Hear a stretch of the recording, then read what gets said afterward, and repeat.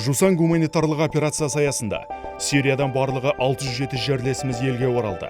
Олардың 413-і бала, жеткіншектердің 34-і жетім.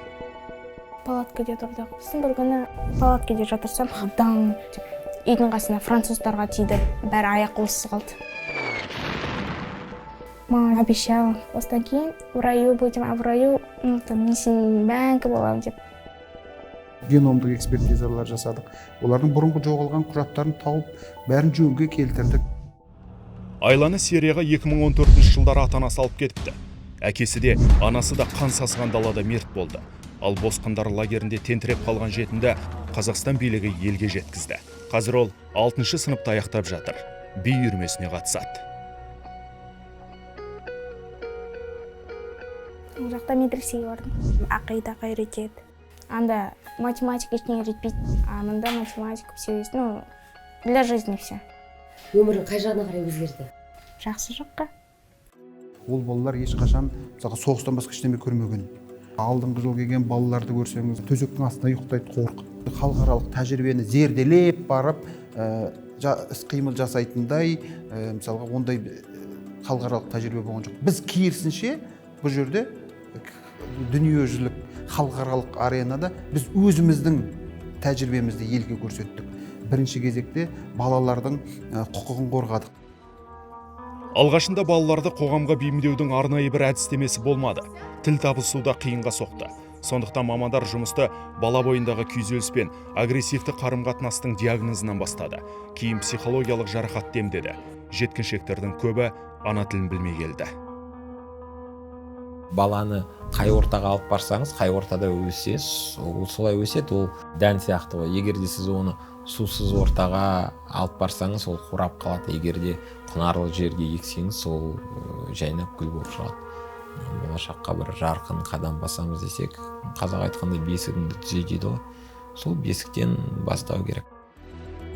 Елге оралған балалардың 227-сі оқушы, 80% бастауыш сыныптарда оқиды. Алғашында оқу бағдарламасы бойынша үлгермей, аздап ақсағандар бүгінде өзгелерді қуып жетті. Олимпиадаға қатысып, жүлделі орын иеленгендері де бар. Помню, там бомбежка, в любой момент ты можешь умереть или бомба скинет. Иногда, когда я прохожу, всегда самолеты летают. И когда мы залезали в крышу, там уже бомба взрывная. В Казахстане тут весело, тут можно найти друзей, тут есть речка, озера. В школе мне нравится, как я учусь, новую технологию. Тут хорошо, все есть. Нужно было и групповая работа со своим классом, для того, чтобы они смогли и в социуме как-то адаптироваться. Было использовано игровые техники, арт-терапия была использована. Все-таки окружение, атмосфера, люди, которые ему помогают в этом, это все влияет на ребенка. Жоғары сыныптарда білім алып жатқан 60 оқушының жетеуі аудандық қалалық олимпиадаларда бірінші, екінші орындарды қанжығаларына байлапты.